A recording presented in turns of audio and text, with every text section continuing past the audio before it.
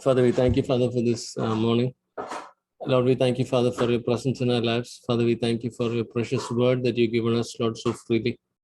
Thank you, Lord, that the word is the tool by which, Lord, we can overcome the world. And Father, we thank you for giving us the mighty Holy Spirit to who operates according to the word. And Father, we thank you that we are not ignorant, but we are wise. We have wisdom, we have understanding, we have knowledge, we have revelation, so that we might be able to overcome every challenge that the world throws at us. Father, we thank you. We give you glory and honor and praise. Thank you, Father, for all of us here. Thank you, Lord, for everybody else who's joining. Father, we thank you for those who are listening to these messages on YouTube. Father, we pray that, Lord, you would enable everybody, Lord, to overcome and go from glory to glory and from strength to strength. Father, we thank you that, Lord, that you have no shortage of power or authority or might. But Lord, it is just always a weakness on our side, Lord, which prevents your word from coming true in our lives. Help us, Lord, to watch out and to be careful in our walk on a daily basis. Father, we thank you for everything. In Jesus' name we pray. Amen. Amen. Yeah, I think we looked at sin, I think, on 24th July, and I think we broke off a couple of weeks for looking at commitment, and I think 1 week we were out. So we will continue handling sin because sin is a very, very crucial topic in the life of every believer. As I mentioned earlier, in fact, for many years, I thought that sin was only a challenge to Christians, but that's not true, because when you look at every world religion, all of them are focusing on moksha, right? The deliverance from the flesh. So this is not a Christian problem; it's a universal problem. So that is one good way to reach out to others with Jesus. Where you don't just try, but you are a victim. Okay. When you look at the Bible, very often people think that people are supposed to try to live victoriously, right? When you look at your own lives, you can see the times when you said, okay, I'm not going to do that, I'm not going to do this. As I was just sharing in the earlier session, some people will say, okay, they have a weakness for chocolate, and then they'll say, okay, today when I open this bar of chocolate, I'll not eat the whole thing, I'll eat a little bit. And then after some time, they find that they cannot stop, right? So that is, like we will be able to overcome sin at every point in time. We will not be weak. But for that, we need to understand many things, because sin is a complex issue. When you look at sin, when you look at how Satan attacks us, the devil attacks us fundamentally through two mechanisms. One is from the outside, which is through circumstances, and second is from the inside through sin. I think we've all heard about stories, right? Okay, yeah, this story. What was the story where they sent a horse as a gift to the enemy, the Trojan horse, right? There was this huge, strong, fortified city, and the army couldn't break into it. So they sent a Trojan horse as a gift to the city, and inside the Trojan horse were the soldiers of the enemy. And in the night, the soldiers came out and opened the door for the fort, and then the enemy entered in. So sin is the door which we open from inside to permit the devil in. As we always see, killing, stealing, and destroying always happens by the devil, right? There's no killing, stealing, or destroying which happens by God. It's always killing, stealing, destroying by the devil. So we need to watch out to prevent. We need to prevent giving the key to the devil by opening the door. And when you look at sin, there are a couple of mechanisms to overcome it. Some of them are reactive and some of them are proactive. Okay, so we will look at those today. and particularly about open doors to the enemy. I think we shared something on that, and that session is there on YouTube in the Walking in the Light channel. Take a look at it if you want to go through it again. Very often we through the flesh try to control sin, right? We try to overcome sin. So we through the flesh try to overcome sin, and you see that trial never is successful, right?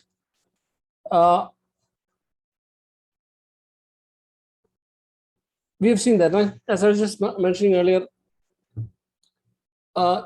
And as I mentioned earlier, that word try does not occur in the New Testament. It only talks about trusting. Trust in the Lord with all your heart. It's not try in the Lord with all your heart and don't lean onto your own understanding. But it says trust in the Lord with all your heart and don't lean to your own understanding. When I first realized this, that the word try does not occur in the Bible, it actually shocked me. Because, like all of us are forever trying to overcome the world and sin and Satan through the flesh, right? You're trying and trying and trying, and you don't have any strength to overcome. But when you look at the Bible, it always talks about trusting God. Now, when we have a weakness, and when we trust God, that becomes one of our strongest points. You know why?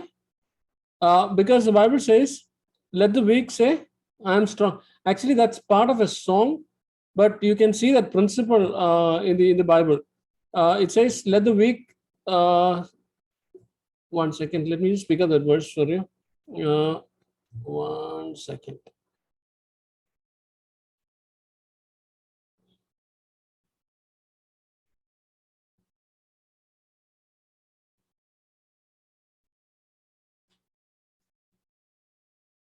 Okay, somebody can read 2 Corinthians 12:10.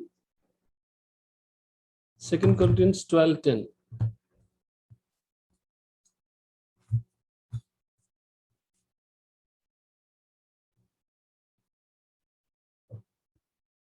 Therefore, I take pleasure in infirmities, in reproaches, in necessities, in persecutions, in distress for Christ's sake. Yeah. For when I am weak, then am I strong. Yeah. So look at it. Here is your weakness. And what are you doing? You're trusting on the Holy Spirit, right? You're trusting on the word. And then what happens to your weakness? Because you have stopped trying to overcome and our flesh is weak, we have moved to trusting God. And because the Holy Spirit is strong and mighty, what will we see? We will see the strength of God manifesting in that weakness. And so what will happen? Because you're trusting God, that will become one of your strongest points, right? So in every area where you kept failing continuously, if you consistently trust God, you will always find a victory. Look at the Middle East, right? When you look at the Middle East, there is the women there have to wear black, right? So why are the women supposed to wear black? The women are supposed to wear black so that the men don't, quote unquote, are not tempted, right? But you see, that's a fleshly attempt. Does that prevent those people to live more holier? Doesn't, right? Because this is a public session, I don't want to make some comments, but when you look at research and things like that on those things, you will see that some of those horrible areas are there. Okay, so trying to stop your eyes from seeing, your mouth from tasting, and your hands from touching is not a solution to prevent you from sin. Okay.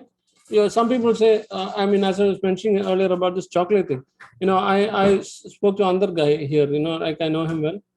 He said, brother, I will not touch that, to eat, because if I touch it, I'll have to eat the whole thing. I don't have that kind of control. No, as a believer, you must have control. You and I are not people who are led by the flesh. You're supposed to be overcomers. We must be overcomers. If you're not an overcomer, what does that mean? That your faith is really weak. You need to gear up. And when we trust God, you will find that you're able to overcome.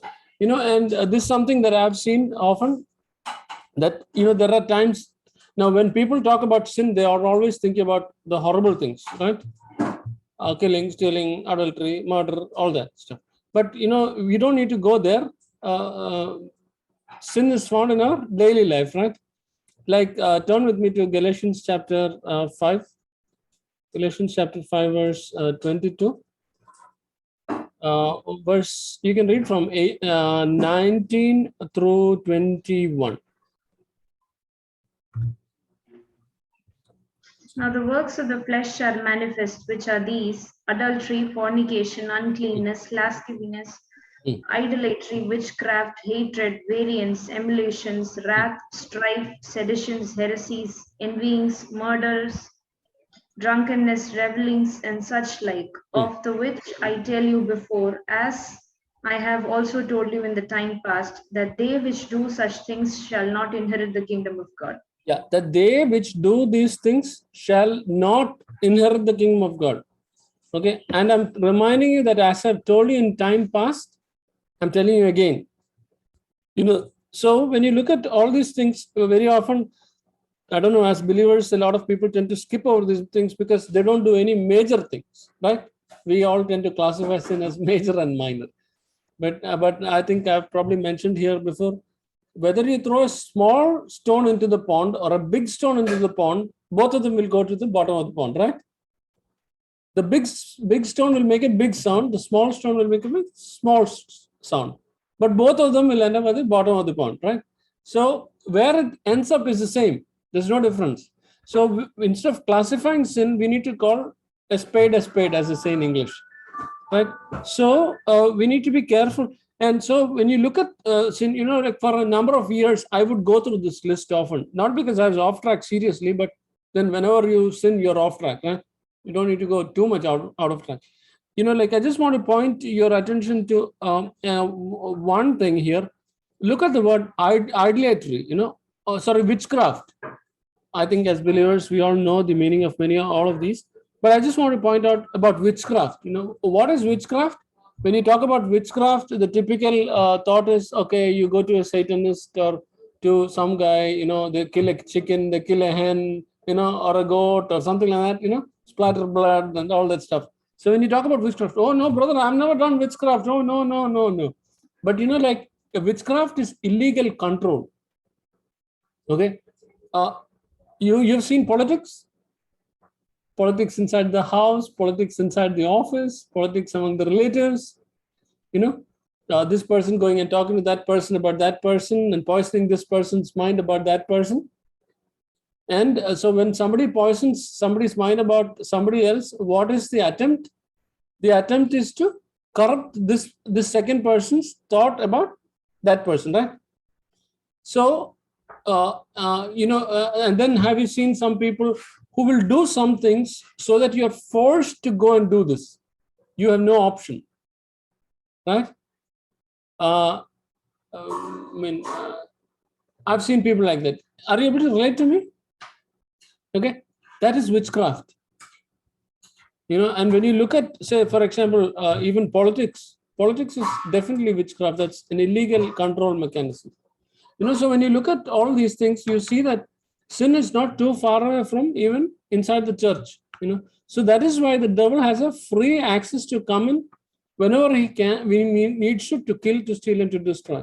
And that is why some people are never able to overcome certain things. They're never able to overcome the situations of their life because the devil has a free key or keys to their life. So we need to be very careful. Okay. True spirituality is control of the spirit and of the body through the mechanisms of the word. It is not through anything else. Okay, turn with me to Genesis chapter 6, verse 5. Genesis 6:5.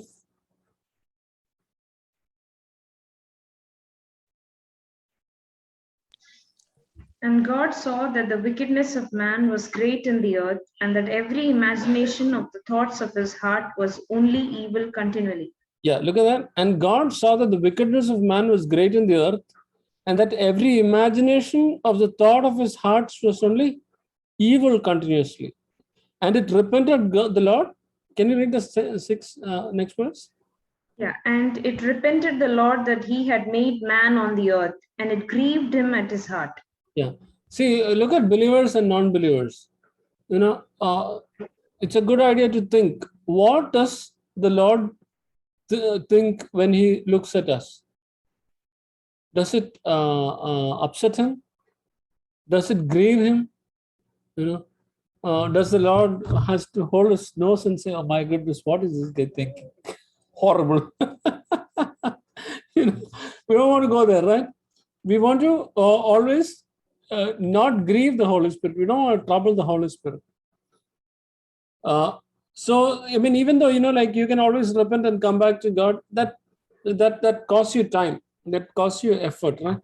So we don't want to go there. Don't disgust God with your thought life. Turn with me to 1 Samuel 15:22. 1 Samuel 15:22.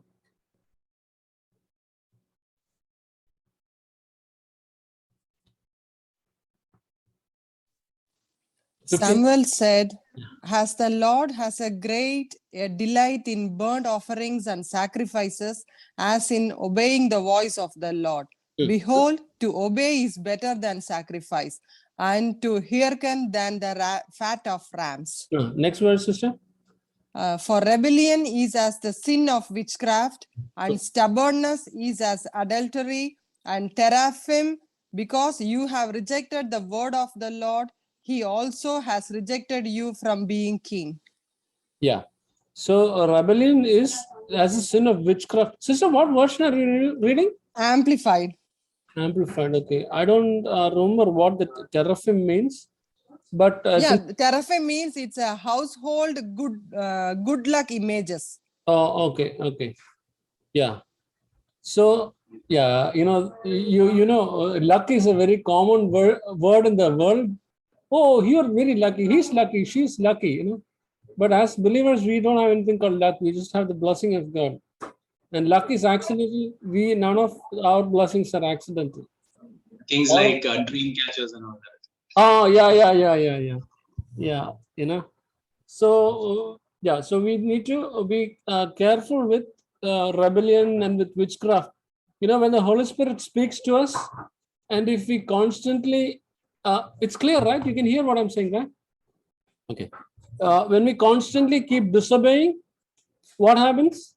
It is as good as witchcraft and rebellion and all that stuff, as iniquity and idolatry. So let us be very, very careful to not give in to the ways of the world and to the ways of the devil. Okay. So when you're dealing with sin, there are a couple of mechanisms to break out of this. There are some things which are proactive and some things which are reactive. Okay. Now, you know the difference between reactive and proactive, right? Okay. You have a hot stove and you accidentally happen to touch it, and then you pull back your hand immediately. That is reactive. You react to a situation. So that is the and then what is proactive? Proactive is you see that the stove is hot and you avoid touching the stove, right? So with the reactive, you might get a little burnt, but with the proactive, you avoid that, right? So so we can stay away from. So there are two types of mechanisms to avoid sin. Okay. Now reactive. When you look at reactive habits, trying to avoid sin, trying and trusting are sort of proactive, but then we don't need to get to the point of sin before we hit it. Okay. You know the approach, right? As you see your day going down, like imagine you woke up with a bad mood. A believer should never be moody. Okay. There are so many people who are so moody. You don't know how to deal with them, whether they're happy or sad, you don't know. Particularly if they are not staying with you, it's very, very difficult.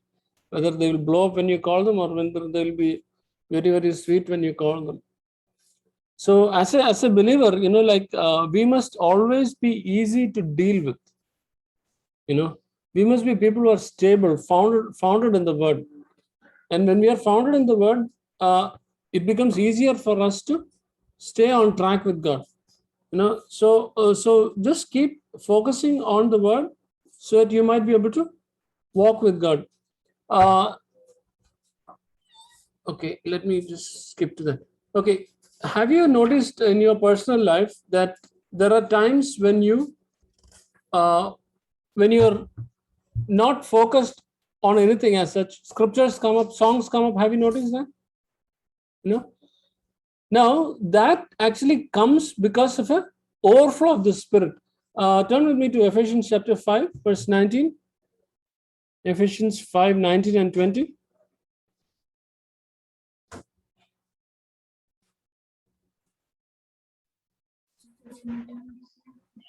Speaking to yourselves in psalms and hymns and spiritual songs, singing and making melody in your heart to the Lord, giving thanks always for all things unto God and the Father in the name of our Lord Jesus Christ. Yeah, read verse 18, please. And be not drunk with wine, wherein is excess, but be filled with the Spirit. And verse 19. Speaking to yourself Yeah, in fine. psalms. Yeah. So, And that's right. So look at verse 18. It says, be filled with the Spirit. And what will automatically happen? You'll automatically be able to speak psalms and hymns and spiritual songs, singing and making melody in your heart to the Lord. And you'll be able to give thanks to the Lord at all times. You know, one of the key indicators to your spiritual life as to where you are spiritually is on what comes up from the inside. You know, just evaluate. You know, it's easy to evaluate yourself in the last few days. When you had an idle moment, like when you were traveling, or when you were cooking, or when you were driving, you know, where has your mind been? Did you get scriptures? Did you get psalms? You know, did you get words of encouragement from the inside? If it is not, it means that your meditation on the word of God is not enough. You know, it means that the time that you spend with the Lord is not enough. And because of that, what is not happening? The spring on the inside is not overflowing.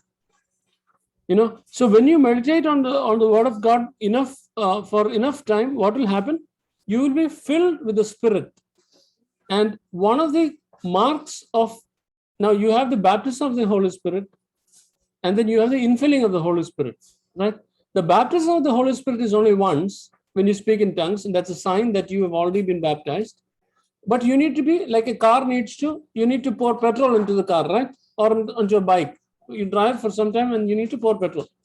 So as you need to pour petrol and the petrol gets used up and then you need to refill it again, it is the same way that you need to have the infilling of the Holy Spirit constantly.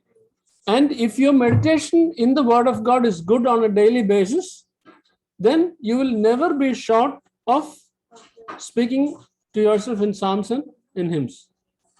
Okay, so that is a good test for if you are meditating enough. Okay, so that is one. And I just want to bring your attention to one thing. Verse 20 says, giving thanks always for all things unto God. Now, when it says giving thanks always for all things to God, it doesn't mean giving thanks for the negative things. Okay, just a quick example. Imagine somebody is sick, okay, with some particular disease. You don't say, thank you, Lord, for giving me fever. You don't say that, because the devil is the one who comes to kill, to steal, and to destroy. But you say, thank you, Lord, for helping me to be healed from this nonsense. You know, so we can give thanks to God for all things. You see the difference? There's a lot of difference. You will never say my fever, my cancer, my that thing, my this thing. That's not yours. That belongs to the devil. Don't steal from the devil. Okay. Stay away from the devil and his possessions. We don't want anything to do with that. So as I said, so when you rejoice, you will be able to walk in track with God. You know, Psalms 23:1 says, the Lord is my shepherd, I shall not want. You know, so if you keep praising God, your state of want will leave gradually. You know, it will definitely go away. And as I mentioned, Proverbs chapter 3 verse 5 says, what does it say? What did you say? Trust in the Lord with all Yeah. your heart. That, those 3 verses, you must know them by heart. Trust in the Lord with all your heart and don't lean to your own understanding. What is the next verse?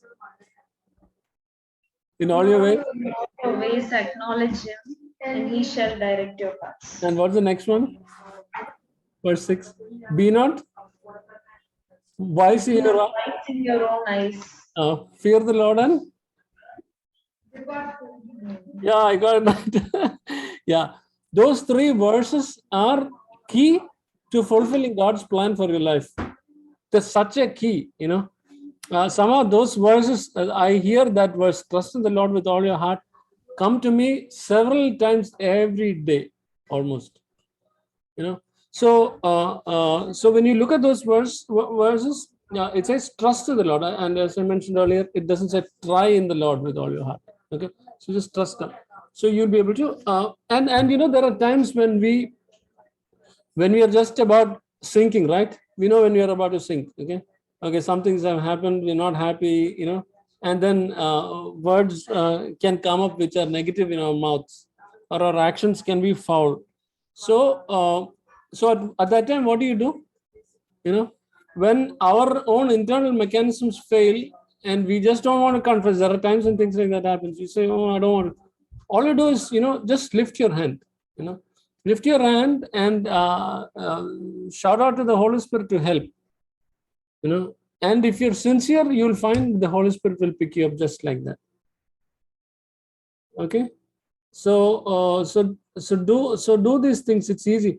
When you drive a car or when you drive a bike, how easy is it for you to get out and stop the car without the brakes? I've seen when we were all small, some of these kids would have no brakes on their cycles. So when they have to stop, they will jump out of the running cycle somehow and then pull it to a stop. It's a lot of effort, and often people fall down too. And imagine if it's a car, there's no way you can stop it with your flesh, right? With your physical power. So when you lift your hand, it is essentially the same as pressing the little brake lever. How often do you stop the car or the bike with the brake lever? It's so simple, right? So easy. So when you trust the Holy Spirit, it is like that. It becomes so very easy. And the Holy Spirit is able to help you through all of that. Okay. Yeah. So, and then, Proverbs chapter 3, verse 7. Can you read that? 3 verse 7. Be not wise in thine own eyes. Fear the Lord and depart from evil. Yeah, fear the Lord and depart from evil. It says, don't be wise in your own eyes. Okay. What do I do, brother? What do I do, sister? I don't know what to do. I might have to break the law here. I might have to break the law there. No, it says, don't be wise. That is your worldly wisdom. Don't be wise in your own eyes. Fear the Lord and depart from evil. Sin is not an option. Sin is never an option because the Bible very clearly says this. So God will always have an open door for us. There is this verse which says, therefore no sin has overcome you except that which is common to man. Do you know that verse? 1 Corinthians 10:13. 1 Corinthians 10:13. There has no temptation taken you, but such as is common to man. But God is faithful, who will not suffer you to be tempted above that you are able, but will with the temptation also make a way to escape, that you may be able to bear it. Correct. So it says that there is no temptation that has taken you, but that which is common to man. Okay. So don't let the devil fool you saying only you have a problem. That's a very, very, old tactic of the devil, saying only you have this problem. Everybody else has got no problem. See, God has forgotten you. God has let you go. That's a lie from the devil. Don't fall into that trap. But God is faithful, who will not suffer you to be tempted above that which you are able, but with the temptation also make a way to escape that you may be able to bear it. So, like one of, the thought that comes to my mind is, as Indians, we all use a pressure cooker, right? Now you have a little teeny tiny thing, a weight on the top. And sometimes if the weight gets stuck, you've all heard horror stories, right? The cooker blew up and the whole room was in a mess. The rice was on the ceiling and stuff like that. So that is when and sometimes even people die, right? Because it behaves like a bomb. So that's because the weight gets stuck. But thank God, the valve that God has placed in our life with respect to temptation never gets stuck. So the right pressure, it will release. But God knows the capacity. Okay. So instead of panicking about certain things, about saying, God, what on the earth is going on? Don't panic. Just relax, praise God, and you will be able to see God's victory come through for you. At every time, so when I face a challenge, which I faced quite a bit, I always look for the door that God has made for us. There is always a way out. So just trust God and keep praising God, and then you'll be able to see the deliverance that God has for us. And then another mechanism that we can use is to submit and to resist the devil. Submit to God and resist the devil. James chapter 4, verse 6 through 10. James chapter 4, verse 6 through 10.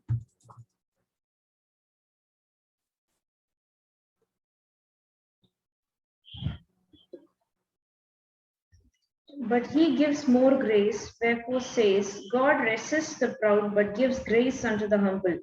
Submit yourself therefore to God, resist the devil, and he will flee from you. Yeah, that's enough. Okay, yeah, go on.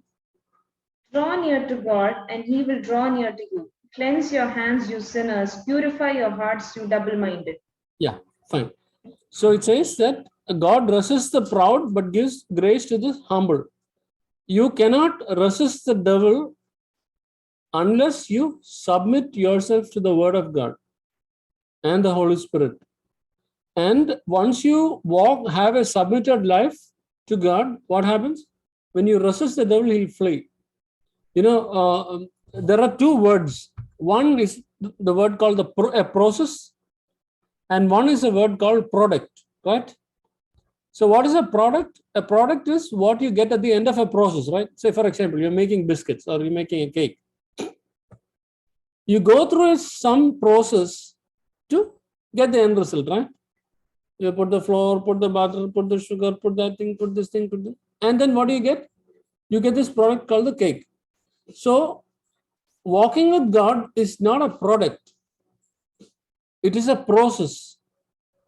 And without that process, okay, imagine you had to, you invited some people for a dinner, and you thought you bake a cake, okay? And you forgot to bake the cake, okay? So at the last minute, does it make sense for you to put some wheat powder and some sugar and some butter and 2 eggs and say, please have this, this is my cake?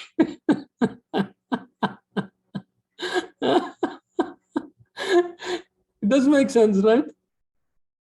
Why? Because that thing hasn't gone through the process. So, like when people refuse to walk according to the word of God, they run into trouble and then they say, see, I have my cake here. We can't eat it, but you follow what I'm saying? So abide in Christ, continuously abide in Christ. Another example that comes to mind is, imagine, I don't know, here we have been struggling to grow a curry leaf plant inside the house. It's such a pain because it is so sensitive, and I've given up. You can see our dried curry leaf plant at the corner of the house. Okay, so imagine a more stronger plant. Okay, I've done this when I was small. Once when I was too small, I think second grade or third grade or somewhere, or in first grade, I put a seed into the ground, dug a hole, put a seed into the ground, and then I poured water And after a few days, I dug it out to see if it is growing. What happens? It's dead, right? So Jesus asks us to abide in me. If you abide in me, and if my words abide in you, then you shall ask whatever you will, and it shall be done unto you, right? So a lot of people, they don't abide in Christ, then they want the product. And then they're not submitted to Christ. I shared with you the example of this guy running into a church and picking up a cross, right? And the demons were chasing him. You remember that story? No? Okay. There is this horror movie, and the horror movie, these demons are chasing this guy. So this guy is running through the woods and suddenly finds a church. You remember the story? No? Okay. So he finds a church. He finds a church and he runs into the church, runs to the altar. There's a cross. And he picks up the cross and turns around and shows it to the devil, saying, see, this is the cross. This is the cross. You must run. You must run. So you know what the devil says? The demons, they just grab the cross, crush it, throw it away, and says, you must have faith. Okay. So it's the same way. You don't get a product. You have to have a process. So when you submit yourself to God and when you resist the devil, what will you find? You will find that he will flee from you. You'll find that he has no keys to hold on in your life. And you'll be able to continuously walk with God, and then you will see all the difference. And I'll tell you something, if you do this, I think you would have all noticed this. I mean, all of us are at different levels. Some things with which you are struggling, you'll be able to solve it in a snap. You'll be able to so easily solve the problem. Like I was trying to fix something on my car the other day, and then I struggled with it for a couple of months and I've not been able to solve it. And one day when I was just, like I said, Lord, I'm going to spend some time speaking in tongues on a daily basis, about 30 minutes, about certain things. And then, one day I was supposed to go and jack up the car and remove this, fix this, and then see if it will work. So after I started praying in tongues for a few days, I'm trying to fix this. And then suddenly, without all that, within about 10 minutes, I was able to resolve the problem. When you look at the vision that Ezekiel had, you remember the vision where Ezekiel is made to come into the river, and then the water is ankle deep, and then knee deep, and waist deep, and then he has to swim. And when you read that vision, I read this in Brother Richard Reinhard Bonnke's book. He was mentioning that. It's said that in the Bible, I'm not going to that portion, that when Ezekiel returned back to the bank from where he started swimming, he saw big trees with fruits. A tree takes years to grow, right? And for it to bear fruit, it takes time. So when Ezekiel started out into the river, there was no tree, there was no fruit. But when he came back, there was tree and there was fruit. So if you spend time with the Lord, what you are not able to achieve with your efforts, you'll be able to achieve it in a snap. So when we submit to God and when we resist the devil, we'll find that a lot of things change. And another habit that is good to have is to see as to where we will reach if we follow this track. I think I shared with you the story about my elder brother's friend, right? He, way back, he was about 19 years old, I think. And he started drinking alcohol then. And then I asked him, hey, you also started drinking alcohol? And then this guy said, I shared that story, really? Okay. So I was asking him, how many of you start drinking? How many drunkards do you know who started drinking saying, I have no control? So it is good to evaluate the end from when you start out on a track. For all the worldly things, we tend to look at where we will reach, but it's good to see spiritually where you will reach if you follow a particular track. Okay, so these are some of those mechanisms that we can use to avoid falling into sin. And of course, as I shared before, sin really is an expensive thing. It is no good. It will just eat your life away. We don't want to have that. Okay. So yeah, any thoughts, any questions? Nothing. Okay. Okay, I'm just seeing if we covered everything that we covered earlier in the Malayalam portion. I think we covered everything. Okay. So I think we'll close then if nobody has any questions or any thoughts. Okay. So who will pray? I don't see anybody. Sister Susan, will you want to pray? Are you Yes, there? brother. Yes, I am here. Yeah, Okay. I can pray. Okay. Yeah. My Heavenly Father, thank you for this wonderful day, Lord Father God. Thank you, Lord, for your grace and mercy upon us, Lord Father. Thank you, Lord, for Lord, bring us each and everyone into your presence, Lord Father God. You promised us 2 or 3 come in my name, Lord. Lord, you will be in our midst. Thank you, Lord, for your word you had given us, Lord Father God. Lord, give the grace, Lord Father God, to abide in you, Lord, and abide in your words and each and every day, Lord Father God. Give the grace, Lord, to trust you, Lord, more and more in our life, Lord Father God. Thank you, Jesus, for each and every words you've given us, Lord Father. Lord, give the grace to Lord to walk in your ways, Lord, and help us to trust you more and more, Lord Father God. Thank you, Lord, Holy Spirit, and Lord, hallelujah. We praise you, worship you, Lord Father God. Open our eyes, ears, Lord, hearts to listen to you, Holy Spirit. And help us to lean on you, Holy Spirit. Hallelujah. Lord, thank you, Jesus, for all the words you had, the word, the anointing words you've given to us, Lord Father. Lord, we praise you, we worship you, Lord. And give grace to work and to lead and walk in your ways, Lord Father God. Help us to resist the sin, Lord Father God. And grieve us, Lord. Give us the Lord grace to walk in your ways, Lord Father God. We praise you, Lord. Lord, we are keeping brother in your hands, Lord. Thank you, Jesus, and for your under a gift and anointing in his life, Lord Father God. Anoint him more and more to speak your word, Lord, and use him mightily for your works, Lord Father God. And keeping Sunu and kids in your hands, Lord. Thank you, Lord, for all your goodness, Lord. The Lord is a shepherd. They are never in need in anything, Lord Father God. Thank you. We praise you, Lord. And we are keeping each and everyone in this group, Lord Father God. Lord, you know the Lord who knows all our heart desires, Lord. Lord, help us, Lord. Holy Spirit, help each and everyone, Lord. Lord, we are keeping each and everyone in your hands, Lord.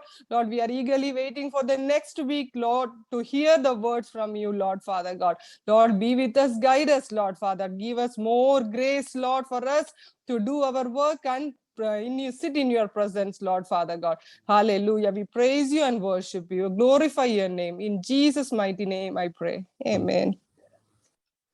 Yeah, like I just thought of mentioning one thing, like God has already given us grace, but we can always ask the Holy Spirit to help us to use that grace. Okay. Yeah. And another thing is, I know quite a bit of scripture, seemingly by heart, but I'm really bad at remembering things. But how I remember scripture is because I meditate on scripture. So when you meditate on scripture, it automatically goes deep down and it will come right back up whenever you need. Okay.